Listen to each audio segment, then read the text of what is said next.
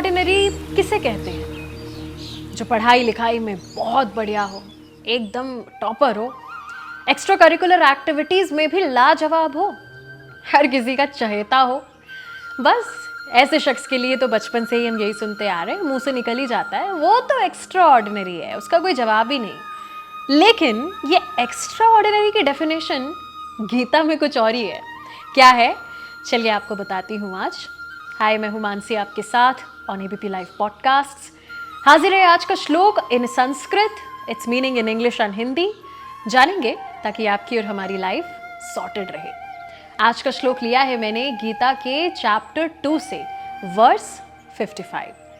संस्कृत में बताती हूँ पहले कि क्या कहता है ये श्लोक। श्री भगवान उवाच प्रजहाति यदा कामान सर्मान पार्थ मनोगतान आत्मन्येवात्मना तुष्टः स्थित प्रज्ञस्तदोच्यते।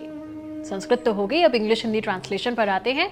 First of all English translation. The supreme lord said, हे Arjun, when one discards all selfish desires and cravings of the senses that torment the mind and becomes satisfied in the realization of the self, such a person is said to be transcendently situated. Hindi में translation क्या कहता है, चलिए बताते हैं। आप एक पत्थर को उछालो तो होगा क्या? ग्रेविटी उसे अपनी ओर खींचती है, वो नीचे ही आ जाता है। वैसे ही सोल को मिलना तो ऊपर है, लेकिन वर्ल्ड के डिजायर्स आपको नीचे की ओर खींचते हैं, जिसे ही हम लस्ट कहते हैं। But when one learns to turn the mind away from material allurements and renounces the desires of the senses, such a person comes in touch with the inner bliss of the soul and becomes transcendently situated. Transcendently situated का मतलब जो extra ordinary है। जब आप selfish होना छोड़ दोगे, इच्छाओं पे कंट्रोल पा लोगे, वर्ल्ड की डिजायर्स से अलग और सेल्फ रियलाइजेशन करोगे, तब आप एक्स्ट्रा ऑर्डिनरी कहलाओगे।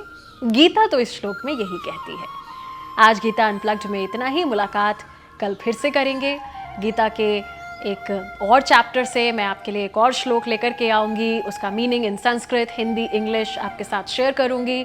मतलब को समझेंगे और ना सिर्फ समझेंगे, अपनी रियल लाइफ में अप्लाई भी करेंगे विद अ मोटिव कि इस कॉम्प्लिकेटेड दुनिया में जहाँ हर किसी की लाइफ इतनी केओटिक है, स्ट्रेसफुल है, हम गीता, जिसे हम मोटिवेशन का सबसे बड़ा सोर्स कहते हैं, इसके थ्रू अपनी लाइफ को थोड़ा और सॉर्टेड बनाएं, टेंशन फ्री बनाएं, स्ट्रेस फ्री बनाएं।